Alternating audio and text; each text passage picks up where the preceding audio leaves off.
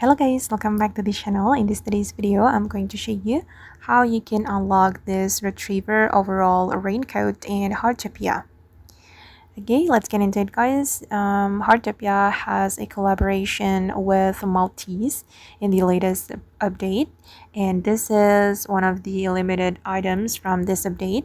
If you want to get this retriever raincoat, you can go to this event menu and go to the puppy gacha machine, and you're going to draw with the gacha coins. And for the gacha coins, you can complete the daily quest, and each quest will give you different Maltese gacha coins.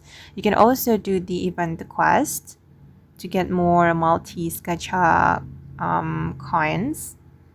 Okay, and once you have the gacha coins, you can draw. You need 10 gacha coins if you want to draw, but now I haven't farmed the gacha yet, so I'm not gonna draw. And if you're lucky guys, you will get this retriever overalls raincoat, and this is so cute. Okay, this is how the raincoat looks like, and yeah, that's it. Okay guys, and that's how you can unlock the retriever overalls raincoat in Heartopia X Maltese event update. I hope this video will be useful for you. Thank you so much for watching, and bye.